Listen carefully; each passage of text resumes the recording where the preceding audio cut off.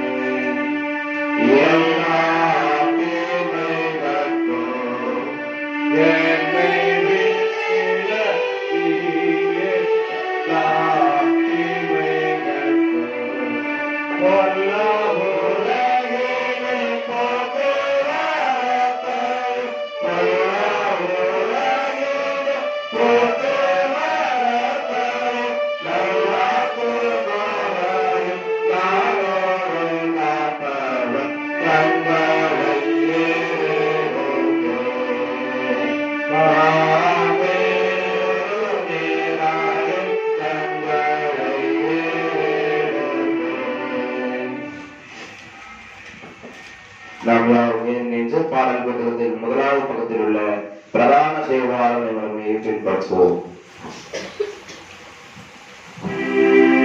நமது ஆரம்பம் பிதா குமாரன் பரிசுத்தாவி நாமத்தே உள்ளது.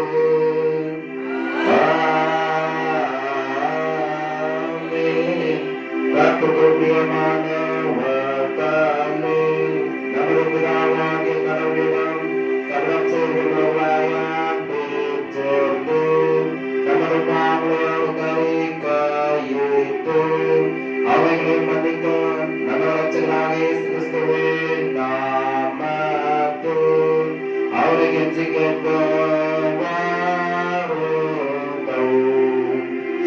நமக்கு சகாயம் கண்டுபிடித்து நாமத்தில் உள்ளது. வானத்தையும் பூமியையும் உண்டாக்கினவர் அவரே. என் பிள்ளைகளை கற்றுத்தருகிறேன் என் பாவத்தின் தோஷத்தை சர்வவல்லவரான கடவுளே, எங்கள் சிசிகளும் மீட்பருமானவரே, ஏழை பாவிகளாகிய நாங்கள் பாவத்தின்படி பாவங்களுடன் தீவிரமாயிருக்கிறோம் என்றும் மனதினாலும் வாக்கினாலும் நடத்தினாலும் உனக்கு விரோதமாய பாவம் செய்தோம் என்றும் அறிக்கையிடுகிறோம். ஆதலால் நீங்கள் ஆண்டவராகிய இயேசு கிறிஸ்துவின் நிமித்தம் நீர் காட்டின கிருபையை தேடி உங்களை அளவு சேர்ந்து அடைக்கலம் புக வருகிறோம். அருளாக எங்களோட கடவுளே, எதையும் துப்பாட்டு நடந்து கொடுத்த ஒரே பேரான குமாரனின் எங்களுக்கு என் பாவங்கள் எல்லாம் மன்னித்தருளும். உமது கிருபையினால் நாம் நித்திய ஜீவனை சொந்தத்துக் கொள்ளும்படி உண்மையும் விசுத்தி தருகிற மெய்யான அறிவையும் உண்மை அசன்மையான கீழ்ப்படுதலையும் பசுத்தாவியை கொண்டு என் இறுதியில் அறிக்கப்பட்டுள்ள வேண்டும் என்று என் ஆண்டவராக இயேசு கிறிஸ்துவின் மூலமாய் வேண்டிக் கொள்கிறோம் கர்த்தாவே. ஆமென். சர்வ வல்லவரான பரமபிதாவாகிய கடவுள் நமக்கு இறங்கினார். அவர் தமது ஒரே பேரான குமாரனை நமது பாவங்களுக்காக மனத்திற்கு கொடுத்து அவர் நிமித்தம் நமது பாவங்களை மன்னிக்கிறார். அவர் நாமத்தில் விசுவாசம் உள்ளவர்கள் கடவுளின் பிள்ளைகளாகும்படி அதிகாரம் கொடுத்து அவருக்கு தமது பசுத்த ஆவியை தங்களதாக வாக்குத்தத்தம் பண்ணினார். விசுவாசமுடைய நான் ஞான ஸ்நானம் பெற்றவன் ரட்சிக்கப்படுவான். கர்த்தாவே நலனை ஒரு கிருபை செய்துள்ளோம்.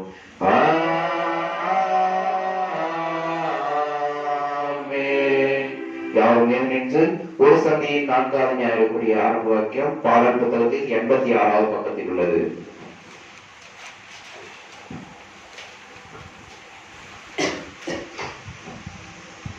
எருசலேமே நேசிக்கிற நீங்க எல்லாரும் அவளோட மகிழ்ந்து அவளை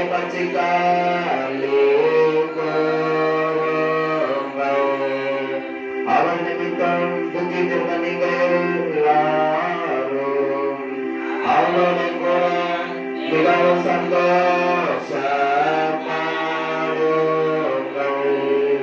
யெகோவாவின் வீட்டுக்கு வாருங்கள்.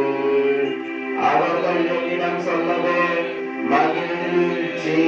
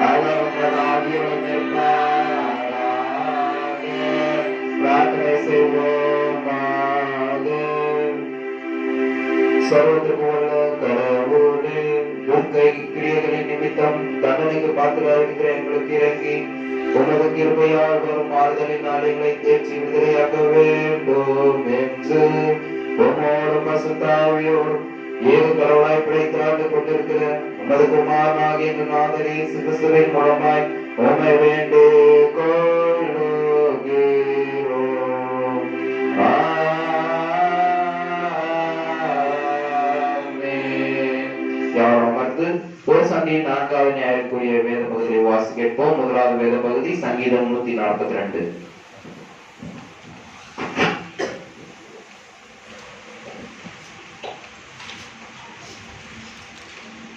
வசனின் 4ஆம் நாளுக்கான பழைய பாட்டின் சங்கீதம் 142 1 முதல் 7 வரை வாசிக்க கவனம் செலுத்துவோம். கர்த்தரை நோக்கி சத்தமிட்டு கூப்பிடுகிறேன், கர்த்தரை நோக்கி சத்தமிட்டு கெஞ்சுகிறேன். அவருக்கு முன்பாக என் சஞ்சலத்தை ஊற்றுகிறேன், அவருக்கு முன்பாக என் நெருக்கத்தை அறிக்கையிடுகிறேன். என் ஆவி என்னில் தேங்கும் போது நீர் என் பாதையை அறிந்திருக்கிறீர். நான் நடக்கிற வழி மறைவாக எனக்கு கண்ணி வைத்தார்கள். வலது புறமாய் கண்ணோக்கி பாரும். என்னை அறிவார் ஒருவரும் இல்லை. எனக்கு அடைக்கலம் எல்லாம் போயிற்று. என் ஆத்துமா விசாரிப்பார் ஒருவரும் இல்லை. கர்த்தாவே, உம்மை நோக்கி கூப்பிடுகிறேன். நீரே என் அடைக்கலமும் ஜீவனுள்ளோர் தேசத்திலே என் பங்குமாயிருக்கிறேன் என்றேன். என் கூக்குரலுக்கு செவிகொடும். நான் மிகவும் தாழ்த்தப்பட்டேன். என்னை பின்தொடர்கிறவர்களுக்கு என்னை தப்பிவியும். அவர்கள் என்னிலும் பலவான்களாயிருக்கிறார்கள். உமது நாமத்தை நான் துதிக்கும்படி என் ஆத்துமாவை காவலுக்கு நீங்களாகிவிடும். எனக்கு நீங்கள் தயவு செய்யும் போது நீதிமான்கள் என்னை சூழ்ந்து கொள்வார்கள். சங்கீதபதி வாசிக்க. அப்படியே பழைய பாட்டின் பகுதியாக இசையாவின் தீர்க்கதரிசன புத்தகம் 42ஆம் அதிகாரம் வசனங்கள் 14 துவங்கி 21 முடிய.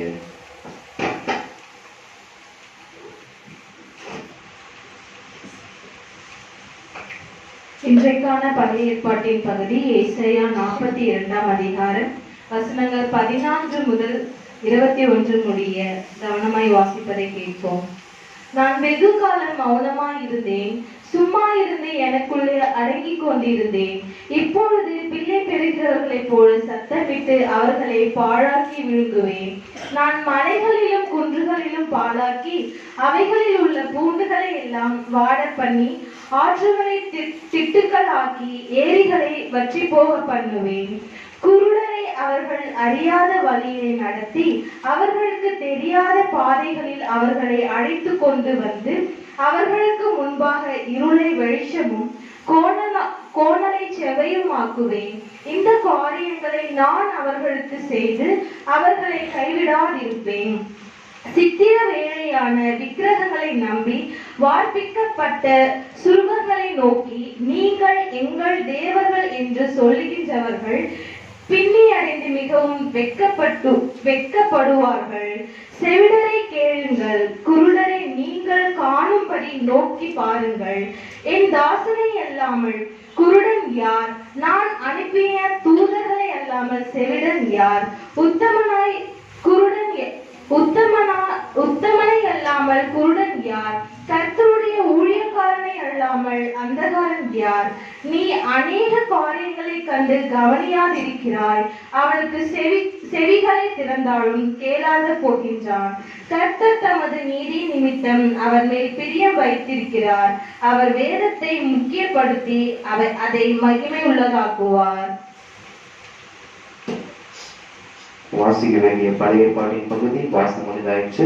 அப்படியே நிருப பகுதியாக அப்போஸ்தலனாகிய பவுல் எபேசிய திருச்சபைக்கு எழுதிய நிருபம் 5ஆம் அதிகாரம் வசனங்கள் 8 துவங்கி 14 முடிய.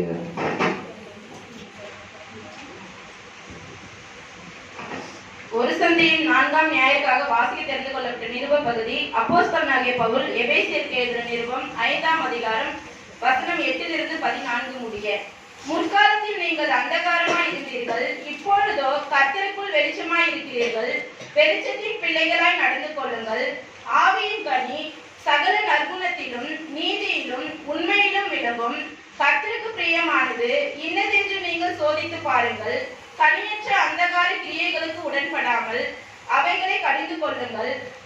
அவர்களால் ஒளிப்பிடத்தில் செய்யப்படும் கிரியைகளை சொல்லுகிறதும் அவலட்சணமாய் இருக்கிறதே, அவை எல்லாம் கடிந்து கொள்ளப்பட்டு வெளிச்சத்தினால் வெளியரங்கம் ஆகுகிறதெல்லாம் வெளிச்சமாய் இருக்கிறது. ஆதலால் தூங்குகிற நீ விழித்து மரித்தோரை விட்டு எழுந்திரு, அப்போது கிறிஸ்து உன்னை பிரகாசிப்பார் என்று சொல்லி இருக்கிறார். இன்றைக்காக வாசிக்க தெரிந்து கொள்ளப்பட்ட நிருப பகுதி வாசிக்க முடிந்தாயிற்று. நாம் யாரும் நின்று நற்செய்தி பகுதியை வாசிக்க கேட்போம். யோவான் எழுதின நற்செய்தி நூல் 9ஆம் அதிகாரம் வசனங்கள் 1 41 முடிய. ஆண்டவரே, உமக்கு மகிமையுண்டாவதாக.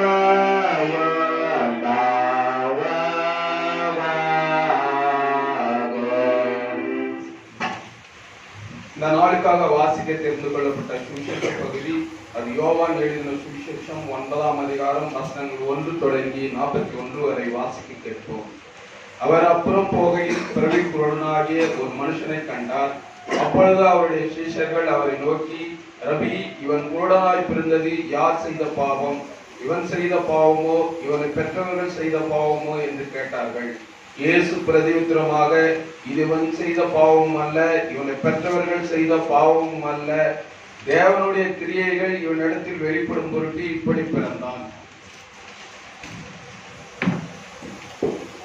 மகற்காலம் இருக்கும் மட்டும் நான் என்னை அனுப்பினருடைய கிரியைகளை செய்ய வேண்டும். ஒருவரும் கிரியை செய்யக்கூடாத ராக்காலம் வருகிறது. நான் உலகத்தில் இருக்கையில் உலகத்திற்கு ஒளியாய் இருக்கிறேன் என்றார். இவைகளை சொல்லி அவர் தரையிலே துப்பி உமிழ்நீரினால் சேறுண்டாக்கி அந்த சேற்றை குருடனுடைய கண்களின் மேல் பூசி, நீ போய் சீலோவாம் குளத்திலே கழுவு என்றார். சீலோவாம் என்பதற்கு அனுப்பப்பட்டவன் என்று அர்த்தமாம். அப்படியே அவன் போய் கழுவி பார்வை அடைந்தவனாய் திரும்பி வந்தான். அப்பொழுது அயலகத்தாரும் அவன் குருடனாயிருக்கையில் அவனை கண்டிருந்தவர்களும் இவன் உட்கார்ந்து பிச்சை கேட்டுக் கொண்டிருந்தான் அல்லவா என்றார்கள். சிலர் அவன்தான் என்றார்கள். வேறு சிலர் அவனுடைய சாயலாய் இருக்கிறான் என்றார்கள். அவனோ நான் தான் அவன் என்றான். அப்பொழுது அவர்கள் அவனை நோக்கி, உன் கண்கள் எப்படி திறக்கப்பட்டது என்றார்கள். அவன் பிரதியுத்தரமாக, இயேசு எனப்பட்ட ஒருவர் சேறுண்டாக்கி என் கண்களின் மேல் பூசி, நீ போய் சீலோவாம் குளத்திலே கழுவு என்றார். அப்படியே நான் போய் கழுவி பார்வை அடைந்தேன் என்றான். அப்பொழுது அவர்கள், அவர் எங்கே என்றார்கள். அவன் எனக்கு தெரியாது என்றான். குருடனாயிருந்த அவனை பரிசேயர் இடத்திற்கு கொண்டு போனார்கள். இயேசு சேறுண்டாக்கி அவன் கண்களை திறந்த நாள் ஓய்வு நாளாயிருந்தது. ஆகையால் பரிசேயரும் அவனை நோக்கி, நீ எப்படி பார்வை அடைந்தாய் என்று மறுபடியும் கேட்டார்கள். அதற்கு அவன், அவர் என் கண்களின் மேல் சேறை பூசினார், நான் கழுவினேன், காண்கிறேன் என்றான். அப்பொழுது பரிசேயரில் சிலர், அந்த மனுஷன் ஓய்வு நாளை கை கொள்ளாததினால் அவன் தேவனிடத்திலிருந்து வந்தவன் அல்ல என்றார்கள். வேறு சிலர், பாவியாயிருக்கிற மனுஷன் இப்படிப்பட்ட அற்புதங்களை எப்படி செய்வான் என்றார்கள். இவ்விதமாய் அவர்களுக்குள்ளே பிரிவினை உண்டாயிற்று. மறுபடியும் அவர்கள் குருடனை நோக்கி, உன் கண்களை திறந்தானே, அவனை குறித்து நீ என்ன சொல்லுகிறாய் என்றார்கள். அதற்கு அவன், தீர்க்கதரிசி என்றான். அவன் குருடனாயிருந்து பார்வை அடைந்ததை யூதர்கள் நம்பாமல் பார்வை அடைந்தவனுடைய தாய் தகப்பன்மாரை அழைப்பித்து அவர்களை நோக்கி, உங்கள் குமாரன் குருடனாய் பிறந்தான் என்று சொல்லுகிறீர்களே, அவன் இவன்தானா? இவனால் இப்பொழுது இவன் எப்படி பார்வை அடைந்தான் என்று கேட்டார்கள். தாய் தகப்பன்மார் பிரதியுத்தரமாக, இவன் எங்கள் குமாரன் தான் என்றும் குருடனாய் பிறந்தான் என்றும் எங்களுக்கு தெரியும். இப்பொழுது இவன் பார்வை அடைந்த வகை எங்களுக்கு தெரியாது. இவன் கண்களை திறந்தவன் இன்னான் என்பதும் எங்களுக்கு தெரியாது. இவன் வயதுள்ளவனாயிருக்கிறான், இவனை கேளுங்கள், இவனே சொல்லுவான் என்றார்கள். அவனுடைய தாய் தகப்பன்மார் யூதர்களுக்கு பயந்ததினால் இப்படி சொன்னார்கள். ஏனெனில் இயேசுவை கிறிஸ்து என்று எவனாவது அறிக்கை பண்ணினால் அவனை ஜெப ஆலயத்துக்கு புறம்பாக வேண்டும் என்று யூதர்கள் அதற்கு முன்னமே கட்டுப்பாடு செய்திருந்தார்கள். அது நிமித்தம் இவன் வயதுள்ளவனாய் இருக்கிறான், இவனையே கேளுங்கள் என்று அவன் தாய் தகப்பன்மார் சொன்னார்கள். ஆதலால் அவர்கள் குருடாயிருந்த மனுஷனை இரண்டாந்தரம் அழைத்து, நீ தேவனை மகிமைப்படுத்து, இந்த மனுஷன் பாவி என்று நாங்கள் அறிந்திருக்கிறோம் என்றார்கள். அவன் பிரதியுத்தரமாக, அவர் பாவி என்று எனக்கு தெரியாது, நான் குருடனாயிருந்தேன், இப்பொழுது காண்கிறேன், இது ஒன்றுதான் எனக்கு தெரியும் என்றான். அவர்கள் மறுபடியும் அவனை நோக்கி, உனக்கு என்ன செய்தான்? உன் கண்களை எப்படி திறந்தான் என்றார்கள். அவன் பிரதியுத்தரமாக, முன்னமே உங்களுக்கு சொன்னேன், நீங்கள் கேளாமற் போனீர்கள், மறுபடியும் கேட்க வேண்டியது என்ன? அவருக்கு சீஷராக உங்களுக்கும் மனதுண்டோ என்றான். அப்பொழுது அவர்கள் அவனை வைத்து, நீ அவனுடைய சீஷன், நாங்கள் மோசேனுடைய சீஷர்.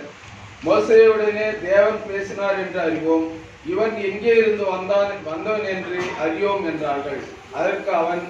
அதற்கு அந்த மனுஷன், அவர் என் கண்களை திறந்திருந்தும் அவர் எங்கே இருந்து வந்தவர் என்றும் நீங்கள் அறியாதிருக்கிறது ஆச்சரியமான காரியம். பாவிகளுக்கு தேவன் செவி கொடுக்கிறதில்லை என்று அறிந்திருக்கிறோம். ஒருவன் தேவ பக்தியுள்ளவனாயிருந்து அவருக்கு சித்தமானதை செய்தால் அவனுக்கு செவி கொடுப்பார். பிறவி குருடனுடைய கண்களை ஒருவன் திறந்தான் என்று உலகம் உண்டானது முதல் கேள்விப்பட்டதில்லையே. அவர் தேவனிடத்தில் வராதிருந்தால் ஒன்றும் செய்ய மாட்டாரே என்றான். அவர்கள் அவனுக்கு பிரதியுத்தரமாக, முழுவதும் பாவத்தில் பிறந்த நீ எங்களுக்கு போதிக்கிறாயோ என்று சொல்லி அவனை புறம்பே தள்ளிவிட்டார்கள். அவனை அவர்கள் புறம்பே தள்ளிவிட்டதை இயேசு கேள்விப்பட்டு அவனை கண்டபோது, நீ தேவனுடைய குமாரனிடத்தில் விசுவாசமாய் இருக்கிறாயா என்றார். அதற்கு அவன், ஆண்டவரே, அவரிடத்தில் நான் விசுவாசமாய் இருக்கும்படிக்கு அவர் யார் என்றான். இயேசு அவனை நோக்கி, நீ அவரை கண்டிருக்கிறாய், உன்னுடனே பேசுகிறவர் அவர்தான் என்றார். உடனே அவன், ஆண்டவரே, விசுவாசிக்கிறேன் என்று சொல்லி அவரை பணிந்து கொண்டான். அப்பொழுது இயேசு, காணாதவர்கள் காணும்படியாகவும் காண்கிறவர்கள் குருடராகும்படியாகவும் நியாய தீர்ப்புக்கு நான் இந்த உலகத்தில் வந்தேன் என்றார்.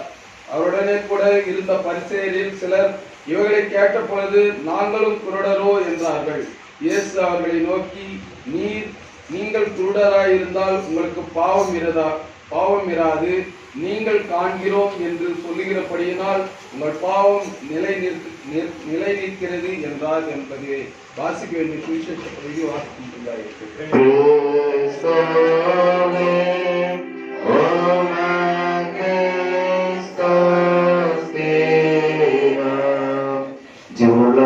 வாசிக்கணும்னா நம்முடைய விசுவாசத்தை அப்போஸ்தல விசுவாச பிரமாணத்தின் மூலம் பயபக்தியோடு அறிக்கை செய்வோம்.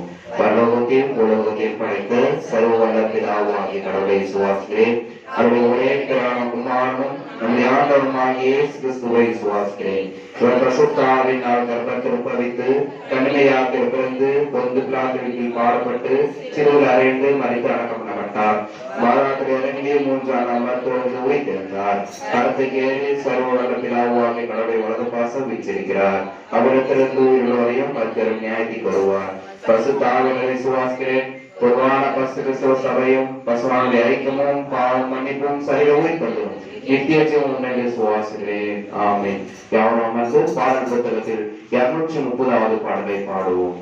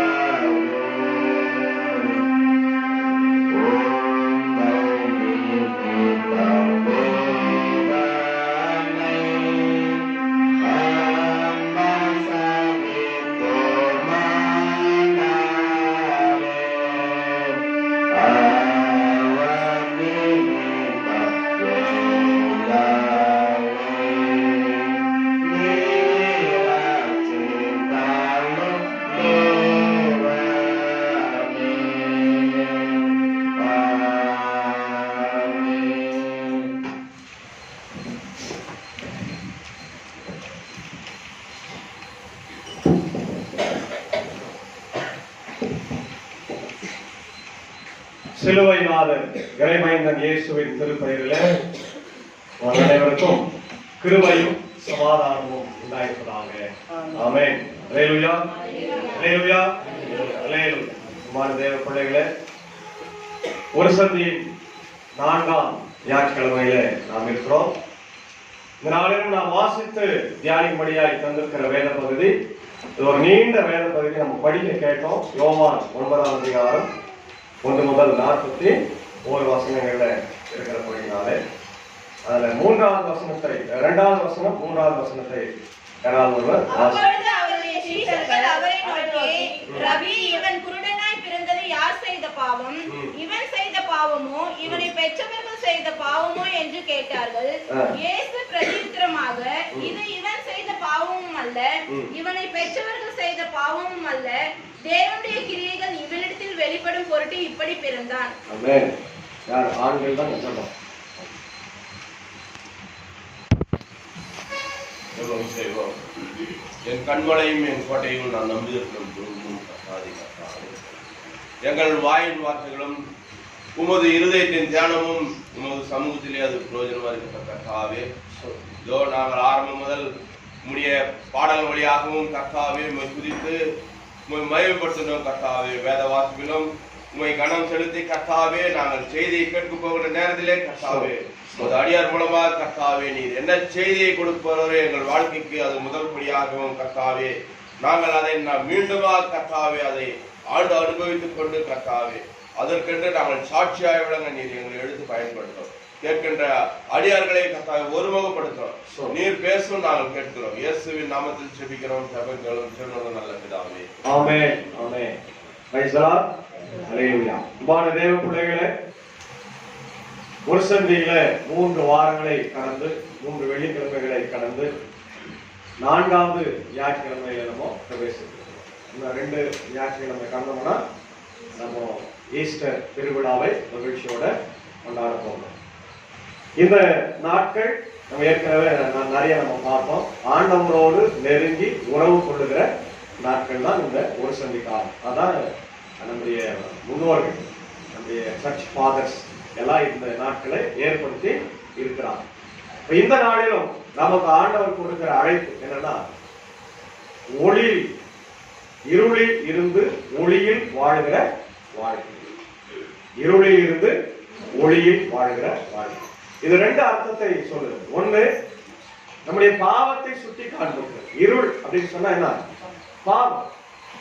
எல்லாருக்குமே நமக்கு தெரிஞ்சுக்கலாம். பாவம், பிசாசு, நம்முடைய பலவீனங்கள், நம்முடைய தவறான செயல்பாடுகள், ஆண்டவருக்கு பிடிக்காத காரியங்கள், இதெல்லாம் நம்ம செய்யறது இருள். ஆண்டவருக்கு பிடித்தமான ஒரு வாழ்க்கை வாழ்வது ஒளியின் பிள்ளைகளா இருக்கும். இன்னொரு பிசிக்கலா, அதாவது உடல் ரீதியா நம்ம பார்த்தோம்னா, குருடர்களா, அல்லது இப்போ நம்ம குருடர் அப்படின்ற வார்த்தையை பயன்படுத்தக்கூடாது என்று அரசாங்கமே சொல்லியிருக்கிறார். பார்வை இழந்தோர் அல்லது பார்வை அற்றோர் இல்லையா, அல்லது ஒளி இழந்தோர் அப்படிதான் சொல்லணுமா. ஏன்னா அது ஒரு மற்றவங்களை புண்படுத்துகிற ஒரு வார்த்தையாக இருக்கிறது அப்படின்றத. அந்த குருடர் அப்படின்ற வார்த்தையை நீங்க எங்க பார்த்தாலும் இருக்காது. அரசாங்கத்துலலாம் அந்த கோப்பெல்லாம் கிடையாது. பார்வை இழந்தோர், பார்வையற்றோர் அல்லது ஒளி இழந்தோர் அப்படின்னு தான் சொல்லுவாங்க. அப்போ ஒளி இழந்த மக்கள் பிசிக்கலா அப்படின்னு பார்த்தா வெறும் கண்ணு மட்டும் இல்லை, படிக்க முடியாதவங்க, சாப்பிட முடியாதவங்க இல்லையா.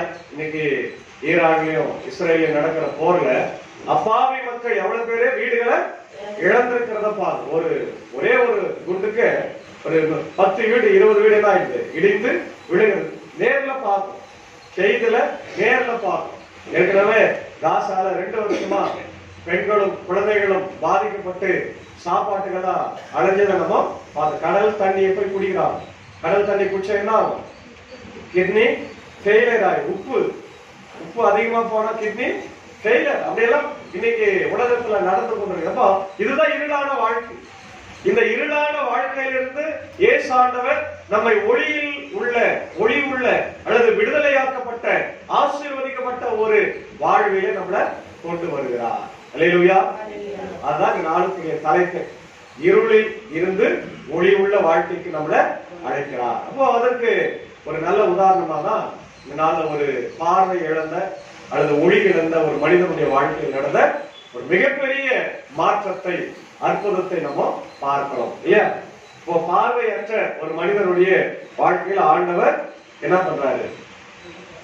ஒளியை தருகிறார், பார்வையை தருகிறார். பிறவி குருடன் அல்லது பிறவி பார்வை இழந்தவர். பிறவியில பிறக்கும் போதே அவருக்கு என்ன இல்லை, பார்வை இல்லாம இருக்கிறது. அவர் பார்வை இல்லைன்றதுனால அவரால் என்ன பண்ண முடியாது. ஒரு பார்வை இல்லாதவருடைய பலவீனம் எல்லாம் சொல்ல மாட்டோம். அவரே அவருடைய வேலையை செய்ய முடியாது. ஒரு பாத்ரூம் கூட அவரால் போக முடியாது. அவருக்கு துணை வேணும். இதெல்லாம் யோசிச்சுப்பார். நமக்கெல்லாம் பார்வை இருக்குது. ஆனா நம்ம எந்த வேலையை செய்யறதுக்கு என்ன பண்றோம்? சோம்பேறித்தனம் பண்றோம் இல்லையா? குழந்தைகள், பெரியவர்கள் யாரா இருந்தாலும் ஒரு சின்ன வேலை செய்யறதுக்கு நம்ம சோம்பேறித்தனம் பண்றோம்.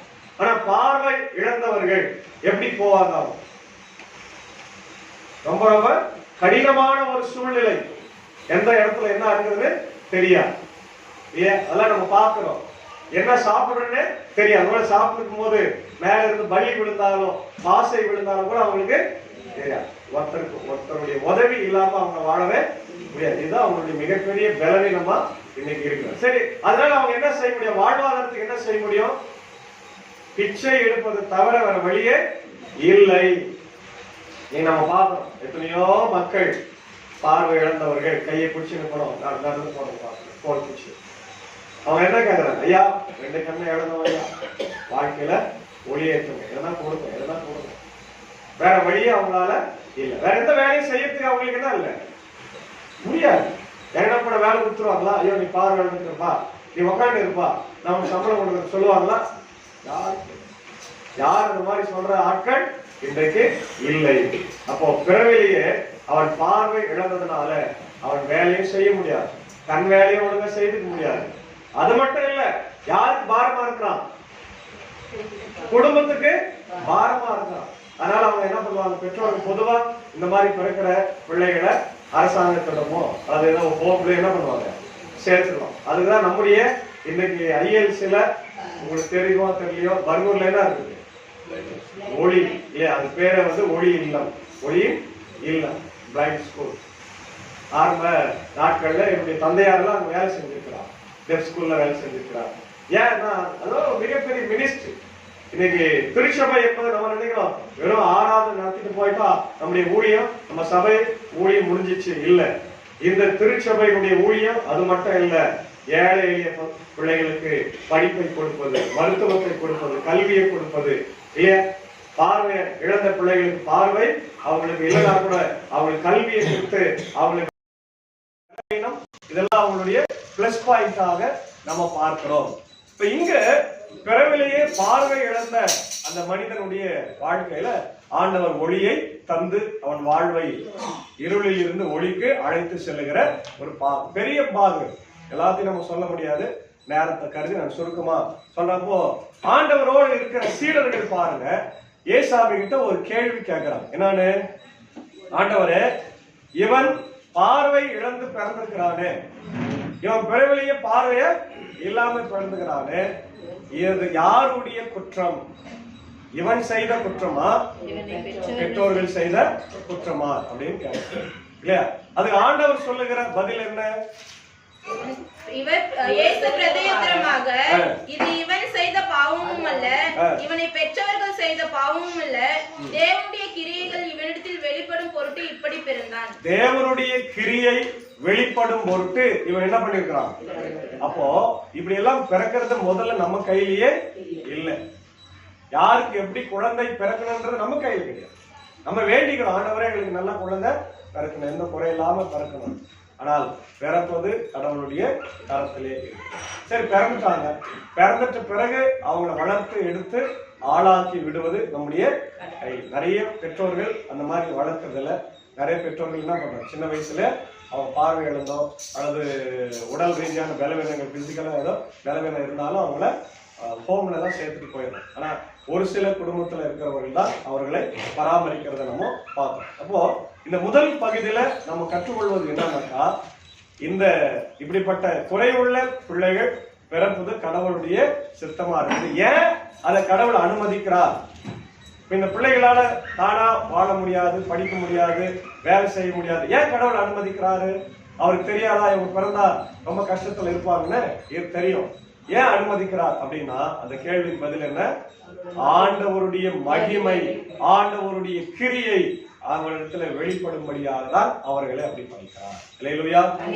அதனால நம்ம ஆண்டவரை கேள்வி கேட்க முடியாது. அது மட்டும் இல்ல, இதுல இன்னொன்னு நம்ம புரிஞ்சுக்கணும். என்னன்னாக்கா அவங்க அப்படி பிறக்கிறதுனால என்னுடைய பலவீனங்கள், என்னுடைய பார்வை அல்லது ஆண்டவருடைய படைப்பினுடைய முக்கியமான அந்த நோக்கம், அவருடைய படைப்பின் மகிமையை இல்லையா, இன்னைக்கு நம்மள எவ்வளவு அழகா படைச்சிருக்கிறாரு அப்படின்றத நான் என்ன பண்றேன் புரிஞ்சுக்கிறேன் இல்லையா. இவ்வளவு அழகா நம்மளை படைச்சிருக்கிறார், பார்வையோடு படைச்சிருக்கிறார், கை கால்கள் எல்லாம் நடக்கிறதுக்கு நம்ம கொடுத்திருக்கிறார். ஆனா இப்படிப்பட்ட ஒரு சூழ்நிலை இருந்தாலும் நம்முடைய செயல்பாடுகள்ல மாற்றம் எதனா இருக்குதா? வேதத்தை வாசிக்கிறோமா? அழகான கண்களை கொடுத்திருக்கிறாரு, ஒவ்வொரு நாள் நம்ம வேதத்தை வாசிக்கிறோமா இல்லையா? யோசித்து பாருங்க. இன்னைக்கு நிறைய பிள்ளைகள் மூளை வளர்ச்சி இல்லாம இன்னைக்கு நிறைய இடத்துல இருக்கிறாங்க. நம்ம பார்க்கணும், நம்முடைய ஸ்கூல்ல எல்லாம் பார்க்கணும். டெஃப் ஸ்கூல்ல, டெஃப் அண்ட் பிளைண்ட்ல டேர்னமெண்ட்ல பாத்தீங்கன்னா அதுக்குன்னே ஒரு ஸ்கூல் எம்ஆர்சின்னு பேரு பர்கூர்ல இருக்கு. எம்ஆர்சி மூளை வளர்ச்சி. அவங்கள பார்க்கறது ரொம்ப கஷ்டம். மற்ற பிள்ளைங்களை கூட அவங்க சின்ன சின்ன வேலையை அவங்க செய்வாங்க. ஆனா இவங்களுக்கு என்ன செய்யறாங்கன்னு தெரியும். அவங்களுக்கு ஏற்கனவே நான் சொல்லியிருக்கேன் இல்லையா, அந்த பிள்ளைங்க வந்து சாப்பிடுவாங்க, நல்லா சாப்பிடுவாங்க. சாப்பிட்டு பிறகு இப்பதான் சாப்பிட்டு இருப்பாங்க, பிரியாணி, நல்ல பிரியாணி சாப்பிட்டு இருப்பாங்க. சாப்பிட்ட பிறகு என்ன சாப்பிட்டீங்க, என்ன கொடுத்தாங்கன்னா என்ன கொடுத்தாங்க, எனக்கு ஒண்ணுமே தெரியாது. அப்படிப்பட்ட நிலைமையில தான் அவங்க இருக்கிறாங்க. ஆனா கடவுள் நம்மளை எப்படி படைச்சிருக்கிறார்?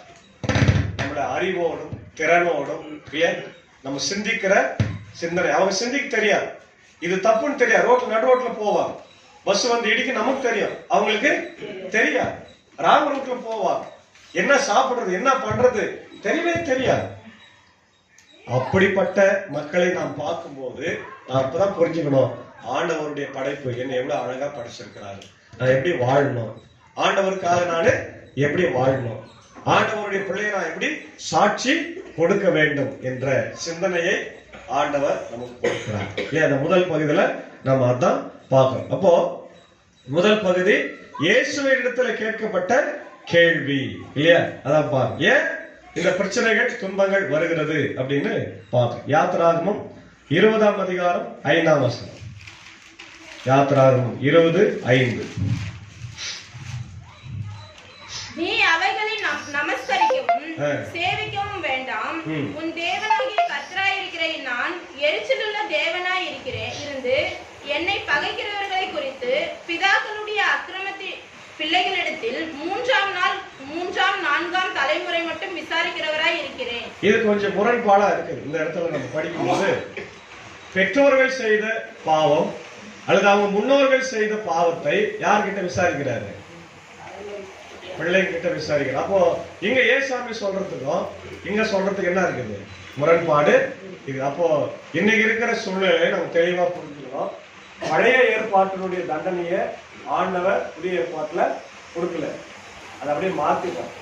ஏன்னா நம்ம செய்த பாவங்களுக்கு நம்மளுடைய பிள்ளைகளை தண்டித்தால் அதுக்கு என்ன இல்லை, நியாயமே இல்லைன்னு அவருக்கு தெரியும். அது பழைய ஏற்பாட்டுல இருந்துச்சு. பழைய ஏற்பாட்டுல அப்பா அம்மா செய்த தப்ப யார்கிட்ட விசாரிக்கிறாரா? பிள்ளைங்கிட்ட 3ஆம் 4ஆம் தலைமுறை வரைக்கும் விசாரித்து கொண்டுதான் இருக்கிறார்.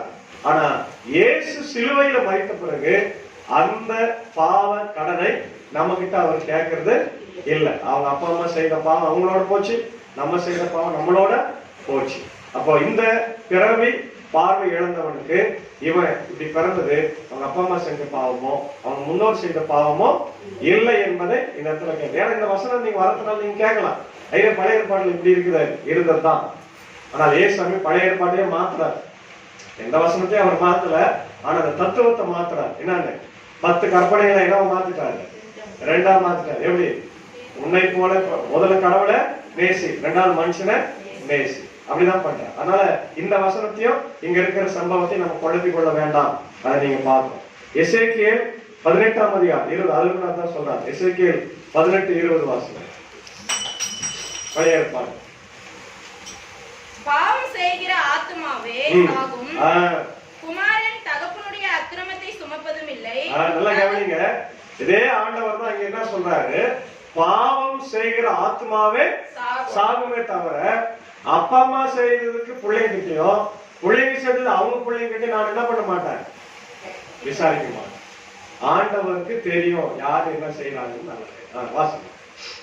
அக்கிரமத்தை சுமப்பதும் இல்லை, சுமப்பதும் இல்லை, தகப்பன் குமாரனுடைய அக்கிரமத்தை சுமப்பதும் இல்லை, தகப்பன் குமாரனுடைய அக்கிரமத்தை சுமப்பதும் இல்லை, நீதிமானுடைய நீதி நீதிமானுடைய நீதி அவன் மேல் தான் இருக்கும், அவன் மேல் மட்டும்தான் இருக்கும். துன்மார்க்கனுடைய துன்மார்க்கமும் அவன் மேல் தான் இருக்கும். துன்மார்க்கம் செய்யறவன் துன்மார்க்கத்துல இருப்பான், அக்கிரமம் செய்யறவன் அக்கிரமம் செய்வான், நன்மை செய்யறவன் நன்மை செய்வான். அதனால இந்த பிறவி பார்வையற்றவன், எந்த பாவமும் செய்யாதவன்.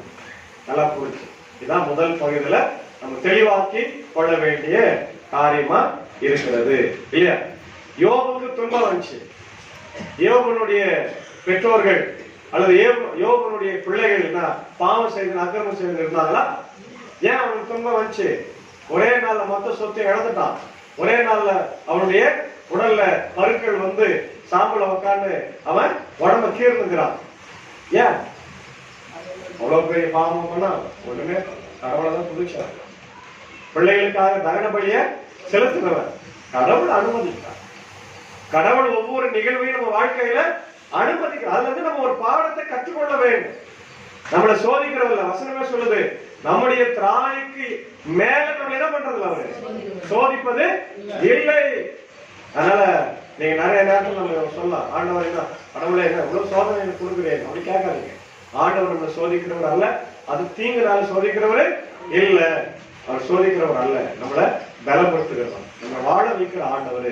அதனால நம்ம இந்த இடத்துல இந்த வசனங்களை தெளிவாக புரிந்து கொள்ள வேண்டும். இரண்டாவது பகுதி பாத்தீங்கன்னா, ஏசாமி அவனை குணப்படுத்துறார். எப்படி குணப்படுத்துறாரு சொல்றாரு, பகற்காலம் இருக்க மட்டும் நான் என்னை அனுப்பினவருடைய கிரியைகளை செய்ய. யார் அவர் அனுப்பினது? பிதாவாகிய கடவுள். அவரை அனுப்பின எல்லா நோக்கத்தையும் அவர் நிறைவேற்றும். பகல் காலம்னா அவர் ஊழியம் செய்யற காலம், 3.5 வருஷம். இருள் காலம் வருது. எப்போது? ஏசாமி ஊழியம் செய்யாத காலம் தான் இருள் காலம். அவரை பிடிச்சு சிலுவையில் அறிய போகிற காலம் இருள் சூழ்ந்த காலம். அதுதான் நம்ம இன்னைக்கு என்ன பண்றோம், கல்வாரி சிலுவையில் அவரு மரித்ததை, அவர் செத்ததை நம்ம தியானித்து கொண்டிருக்கிறோம் இந்த வருஷந்தி நாட்கள். அப்போ அவர் ஒளியில் இருக்கிறார். அதான் சொல்றாரு, நான் ஒளியா இருக்கிறேன். அது யோவான்ல இந்த வார்த்தை திரும்ப திரும்ப வந்தனே, நான் ஒளியா இருக்கிறேன் சொல்றாரு பாரு. நான் உலகத்தில் இருக்கையில் உலகத்திற்கு ஒளியாய் இருக்கிறேன் என்றார். இவைகளை சொல்லி என்ன பண்ணாரு, எப்படி அவரு அங்க குணப்படுத்துறாரு பாருங்க. தரையில கீழே துப்பி எச்சினால சேர் உண்டாக்கி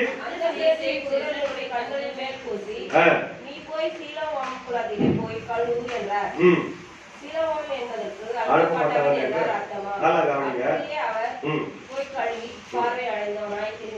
ஆமென், அல்லேலூயா. ரொம்ப வித்தியாசமான ஒரு ட்ரீட்மெண்ட் கொடுக்கிறாரு. எப்பவுமே ஆண்டவர் தொட்டு குணமாக்குவாரு, வார்த்தையினால நல்லாயிட்டுன்னு சொல்லுவார். ஆனா இங்க உமிழ் நீர்னால சேற்றை உண்டாக்கி அதை அவருடைய கண்களில பூசுகிறார். இது என்ன ஒரு வித்தியாசமான ஒரு முறையா இருக்குது அப்படின்னு பார்த்தோம்னா, அவங்கிட்ட ஆண்டவர் கீழ்ப்படிதலை எதிர்பார்க்கிறார். அதான் முக்கியமானது.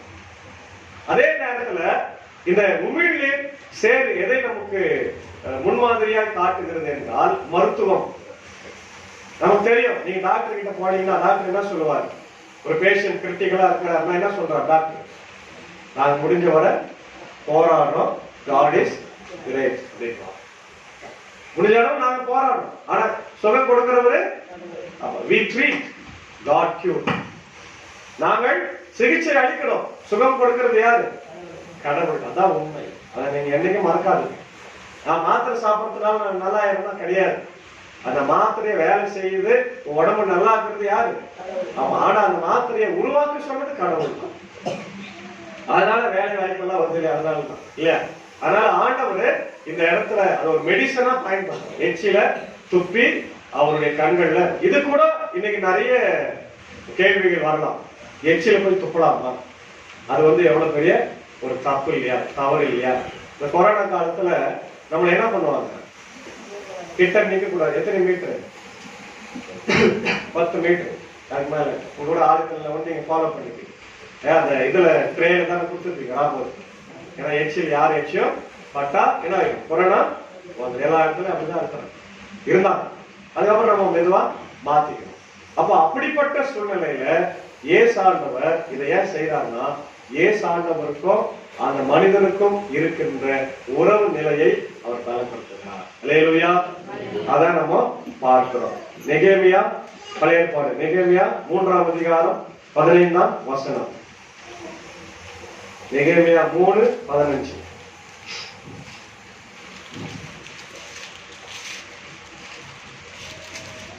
நெகேமியா பழைய ஏற்பாடு எடுங்க. ஊருணி வாசலை மிஸ்பாவின் மகாணத்துக்கு பிரபுவாகிய கொல்லோசேயின் குமாரன் சல்லும் பழுது பார்த்து அதை கட்டி மச்சுப்பாவி அதற்கு கதவுகளையும் பூட்டுகளையும் தாழ்பாள்களையும் போட்டு ராஜாவின் சிங்கார தோட்ட தண்டையில் இருக்கிற சிலோவாம் குளத்தில் மதிலையும் தாவீதின் நகரத்திலிருந்து இறங்குகிற படிகள் மட்டாக இருக்கிறதையும் கட்டினான். அவனுக்கு பின்னாக பெஸ்தோர் மகானத்தின் பாதிக்கு பிரபுவாகிய அஸ்பூதின் குமாரன் நெகோமியா தாவீதின் கல்லறைகளுக்கு எதிரான இடமட்டாகவும் வெட்டப்பட்ட குளமட்டாகவும் பராக்கிரமசாலிகளின் வீடு மட்டாகவும் இருக்கிறதை பழுது பார்த்து கட்டினான். இந்த சீலோவாம் குளம் அப்படின்றது ஸ்பெஷலா கட்டப்பட்டது. அது தானே உருவாகல. அது என்ன பண்றாங்க அந்த அரசன் நெகேமியா காலத்துல கட்டி வைக்கிறான். ஏன்னா பிற்காலத்துல ஏசாமி அதை பயன்படுத்துவார்னு பிதாவாகி கடவுள் அதை என்ன பண்றாரு இயற்கையிலேயே உருவாக்குகிறார். அதுல தண்ணீர் வந்து மழை பெய்து சேர்ந்து அந்த சிலோவா குளத்துல அப்ப சிலோவா அப்படின்னா என்ன அர்த்தம்? அனுப்பப்பட்டவர்கள் யாரு? அப்போ அந்த சிலோவா குளத்துல போய் கழுவு அப்படின்னு அனுப்புறார். தன்னுடைய அந்த பார்வையற்றவனை ஆண்டவர் அனுப்பி அவனை கழுவு சொல்றாரு. அவனை என்ன பண்றான்? கீழ்ப்படிந்து போகிறான். அப்போ கீழ்ப்படிதல் மிக மிக அவசியம், ரொம்ப முக்கியம். என்ன அது? கர்த்தருடைய வார்த்தைக்கு கீழ்ப்படிதல். இன்னைக்கு பிள்ளைங்க எல்லாம் பார்க்கணும். பிள்ளைங்க கிட்ட இல்லாத ஒரு குணமே என்னதான்? எல்லா குணமும் இருக்குது. ஆனா என்ன குணம் இல்ல? செல்போன் பார்க்காதன்னா அரை மணி நேரம் பார்க்கறோம், அப்பதான் 1 மணி நேரம் பார்க்கணும். எக்ஸாம் உட்கார்ந்து படிக்கிறானா படிக்க மாட்டான். இப்ப எக்ஸாம் நடந்துருக்குது, ஆனாலே செல்போன் பார்க்கறான். பார்க்கறாங்களே பிள்ளைங்க. கீழ்ப்படிதல் இல்ல நிறைய பிள்ளைங்களுக்கு. ஏன் பெற்றோர்கள் பிள்ளைகளை கீழ்ப்படி சொல்றோம்? நீங்க கீழ்படிஞ்சா எங்களுக்கு என்ன மாசம் 1000 ரூபாய் முதலமைச்சர் போட்டுறாரா? கீழ்படிஞ்சா இல்லையே. நீங்க கீழ்படிச்சீங்கன்னா உங்களுக்கு தான் நல்லது. உங்க வாழ்க்கை ஆசீர்வாதமா படிச்சீங்கன்னா உங்களுக்கு டிகிரி கிடைக்கும். அதை வச்சு வேலை செய்யலாம். அது வரைக்கும் ஆசீர்வாதமா நீங்க இருப்ப. எங்க காலத்துலலாம் எங்களை படிக்க வைக்கிறதுக்கு ஆளு இல்ல, சப்போர்ட் இல்ல, பணம் இல்ல, கஷ்டப்பட்டு படிச்சு மேல வந்தோம். அந்த கஷ்டத்தை நினைச்சுதான் உங்களுக்கு சொல்றோம், நீங்க நல்லா படிக்கணும், டிகிரி வாங்கணும், சபைக்கு நல்ல பேர் எடுக்கணும், குடும்பத்துக்கு நல்ல பேர் எடுக்கணும், நம்ம இருக்கிற ஊருக்கு நல்ல பேர் எடுக்கணும் இல்லையா? ஆனா நம்ம பிள்ளைங்க அதெல்லாம் கவலைப்படுவதே இல்லை. அவங்களுடைய தன்மையே வேற மாதிரி. ஆனால் இந்த பார்வையற்றவன் என்ன சொல்றான்? ஐயோ எனக்கு பார்வை தெரியலையே, நான் போய் எப்படி கழுவுறது? நான் எங்க அப்பாவை கூப்பிட்டு வரேன், அம்மாவை கூப்பிட்டு வரேன் சொல்ல. அவன் உடனே என்ன பண்றான்? ஒபே பண்றான். அதுதான் முக்கியம். கீழ்ப்படிதல். கீழ்ப்படிதல் இருந்தால் நீ ஆண்டவரிடத்துல எல்லா ஆசீர்வாதத்தையும் பெறலாம். அல்லேலூயா. இதே மாதிரி ஒரு அற்புதம் நடக்குது எலிஷாவுடைய காலத்துல. யாரு? 2 ராஜாக்கள் 5ஆம் அதிகாரத்துல நாகமான் என்ற பெரிய படை தளபதி அவன் வீட்டுல இருக்கிற ஒரு சின்ன குழந்தை சொல்றான், ஐயா எங்க ஊர்ல எலிஷா ஒரு பெரிய கடவுளுடைய மனிதன் இருக்கிறான், அவங்க கிட்ட போகணும்னே. அவன் சொல்றான், அவன் நினைக்கிறான் அவனை வந்து தொட்டு சுகமாக்குவான்னு நினைச்சான். ஆனா எலிஷா என்ன பண்ணா? வீட்டுக்குள்ளவே இருந்து போய் யோர்தானில் 7 முறை என்ன பண்ணு முடிக்கிட்டு போப்பான்னு சொல்லிட்டார். இவனு கேட்ட உடனே ரொம்ப ஆக்கராத்திரமா இருந்துச்சு. என்னடா நான் வந்து எவ்வளவு பெரிய படத்தளபதி, அங்கிருந்து நான் வந்துக்கிறேன், என்னை வந்து பார்க்க கூட இல்லை, பேச கூட இல்லை, போய் யோர்தான்ல கழுவுறார். எங்க ஊர்ல இல்லாத நதிகளா? எங்க ஊர்ல எல்லாம் எத்தனையோ நதிகள் எல்லாம் ஓடிக்கொண்டிருக்கிறது, அங்க இல்லாத தண்ணி இருக்குதான். அப்பதான் வேலைக்காரன் சொல்றான் பாரு. சில நேரத்துல நம்ம கூட இருக்கிற சின்ன சின்ன பிள்ளைங்களும் இந்த மாதிரி வேலைக்காரங்களும் நமக்கு நல்ல ஆலோசனை சொல்லுவான். அதனால எல்லாருமே நம்ம கூட பேசிருக்கோம். ஐயா அப்ப சொல்றான், ஐயா பெரிய காரியத்தை செஞ்சுதான் சொல்லிதான் நீங்க செஞ்சிருப்பீங்கல்ல, இது ஒரு சின்ன காரியம் தானே, கீழ்ப்படிங்க அப்படின்னு. உடனே போறான், 7 முறை கழுவுறான், மூழ்கி எழுறான். 7வது முறை அவனுடைய உடல் சிறு பிள்ளையை போல சொல்லுவாங்க. அல்லேலூயா. அங்க என்ன நடக்குது? கீழ்ப்படிதல். கர்த்தருடைய வார்த்தைக்கு கீழ்ப்படியாம இவனோட போறான். போயிட்டு இப்படியே தட்டு தடுமாறி கேட்டு போயிட்டு இருப்பான் இல்லையா? போய் சவால் சேர்ந்து அந்த குளத்துல கழுவின உடனே அவன் பிறவிலே இருந்த பார்வையற்றவனா இருந்தவன் அவனுடைய வாழ்க்கையில பார்வை கிடைத்தது. அல்லேலூயா. அப்ப நம்ம நல்லா தெளிவா புரிஞ்சுக்கணும். முதல் பாயிண்ட் என்ன சொன்ன? இது பாவத்தினாலேயும் நம்முடைய பெற்றோர்கள் சேர்த்துனாலே வர்றது இல்ல, நம்ம பாவத்தினாலேயும் வர்றது இல்ல, அது ஆண்டவர் அனுமதிக்கிறார். 2வது அவங்கிட்ட கீழ்ப்படிய சொல்றாரு, கீழ்ப்படியாம அவன் அற்புதத்தை பெற்று. 3வது பார்ட் தான் பெரிய பார்ட். என்னன்னாக்கா அவன் சுகம் பெற்ற உடனே அவன்கிட்ட வந்து இந்த மதவாதிகள் இருக்கிறாங்க பாருங்க. மதவாதிகள் எருசலேம் சங்கத்துல இருக்கிறவங்க, அந்த பரிசேயர்கள் சதுசேயர்கள் எல்லாம் வந்து இது எப்படி உனக்கு சாத்தியமானது, இது யார் உனக்கு செய்தது, இது எப்படி அவங்க செய்யலாம் அப்படின்னு நிறைய கேள்விகளை கேட்கிறான் இல்ல. அதுவும் 13-17 வாசிங்க. கொண்டு போறான்.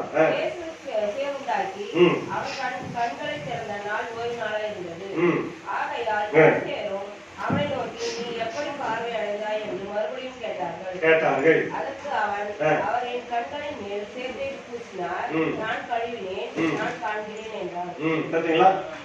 அவரை ஆண்டவர் செய்ததை அப்படியே சொல்றான்.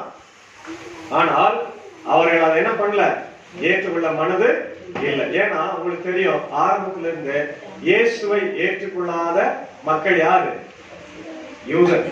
அதுல முக்கியமா பரிசேயர் சதுசேயர் வேத பாருங்க, யாருமே இயேசுவை சொந்த ரட்சகராகவும் மேசியாவாகவும் ஏற்றுக்கொள்ளவில்லை. ஆனா இவன் வாழ்க்கையில இயேசுவை ஏற்றுக்கொண்டதுனால இயேசுவை 3 படிநிலையில இவன் வைக்கிறான். இவன் அப்படியே நீங்க பாத்தீங்கன்னா அடுத்தது அவன் சொல்லுவான், நான் இயேசுவை எப்படி பார்க்கிறேன்? ஒரு தீர்க்கதரிசியாக பார்க்கிறேன் என்று சொல்லுவான் இல்லையா? தீர்க்கதரிசி. அடுத்தது பார்த்தா அவன் இயேசுவை ஆண்டவர் என்று சொல்லுவான். கடைசியா மேசியா என்று சொல்லுவான். அப்போ அவனுடைய விசுவாச வாழ்க்கை கொஞ்சம் கொஞ்சமாக மாறி அவன் ஆண்டவரை ஏற்றுக்கொள்ளுகிற அளவிற்கு அவன் மாறினான். அப்போ இது ஒரு பெரிய தர்க்கமா நடக்குது. எப்படி இதெல்லாம் செய்யலாம்? ஓய்வு நாளாச்சு, ஏசு எப்படி செய்யலாம்? அவருக்கு என்ன அதிகாரம் இருக்குது? அப்படி எல்லாம் பெரிய தர்க்கம் நடந்தாலும் இந்த ஒரு மனிதனுடைய வாழ்க்கையில ஆண்டவர் செய்த அற்புதம் அவனுடைய வாழ்வையே மாற்றிச்சு. அவனும் மிகப்பெரிய ஊழியக்காரனாய் மாறினான் என்று வேதம் நமக்கு சொல்லுகிறது இல்லையா? வாசிங்க யோவான் 5ஆம் அதிகாரம் 8 முதல் 10 வசனங்கள். யோவான் அவனை நோக்கி, எழுந்திரு, உன் படுக்கையை எடுத்துக்கொண்டு நட என்றார். உடனே அந்த மனுஷன் சொஸ்தமாகி தன் படுக்கையை எடுத்துக்கொண்டு நடந்து போனான். அந்த நாள் ஓய்வு நாளாய் இருந்தது. ஏசாமி பாருங்க, வேணுமனே தான் செய்யறாரு. அவனுக்கு கேட்கணும்னு எந்த நாள்ல குணப்படுத்துறாரு? ஓய்வு நாள்லயே செய்யற. அப்போ இதே ஆண்டவர் தான் ஓய்வு நாள்ல வேலை செய்யக்கூடாதுன்னு சொன்னார். எங்க பழைய இல்லையா? சொல்றாரா இல்லையா? எந்த வேலையும் செய்யணும். ஆனா இது வேலை. இந்த அற்புதம் ஆண்டவர் கொடுக்கிற அற்புதம் என்பது வேலை இல்லை, இது சுகம். அப்போ ஆண்டவர் என்ன சொல்றாரு? ஒரு மனிதனுடைய விடுதலை என்பதற்கு எந்த நாளும் எந்த நேரமும் அவனுக்கு தடையா இருக்கவே கூடாது. அதுதான் ஆண்டவருடைய இன்டென்ஷன். அப்படி நோக்கமே அதான். ஏன் நமக்காக வந்தார் இயேசுவே, இந்த உலகத்துல நமக்காக வந்தார். நம்முடைய பாடுகளுக்காக, அக்கிரமங்களுக்காக, நம்முடைய பாவங்களுக்காக சிலுவையில மரித்தார். அவரை எதுவும் தடுக்கல, எந்த நேரமும் தடுக்கல. நேர்த்தியான நேரத்துல அவர் கரெக்டா அந்த பாஸ்கா பண்டிகை வெள்ளிக்கிழமை என்றுதான் அவரு மரித்தார். எல்லாமே நேரமா கிரமமாக நடந்தது என்பதை நம்ம பார்க்கணும். அப்போ மிகப்பெரிய தர்க்கம் நடந்து கடைசியா அவங்க எல்லாரும் எதிர்த்து பேசுறாங்க. எதிர்த்து பேசினா கூட இவன் ஆண்டவர் 3 நிலையில ஏற்றுக்கிறான். ஒண்ணு தீர்க்கதரிசி என்கிறான், 2வது ஆண்டவர் என்கிறான், 3வது மேசியா என்று ஆண்டவரை அவன் ஏற்றுக்கொண்டு அவன் வாழ்வில மெய் ஞானத்தை பெற்றுக்கொண்டான். அதான் உண்மையான ஞானம். கடைசியா வாசிக்கலாம் 35ஆம் வசனத்திலிருந்து 39ஆம் வசனம். அவனை கண்டபோது, நீ தேவனுடைய குமாரனிடத்தில் விசுவாசமாய் இருக்கிறாயா என்றார். அதற்கு அவன், ஆண்டவரே, அவரிடத்தில் நான் விசுவாசமாய் இருக்கும்படிக்கு அவர் யார் என்றான். இயேசு அவனை நோக்கி, நீ அவரை கண்டு பார்க்கிறாயா? உன்னுடனே பேசுகிற அவர் அவர்தான் என்றார். ஆமா, இந்த இடத்துல ஆண்டவர் என்பதை அவரே வெளிப்படுத்துறார். இல்லையா?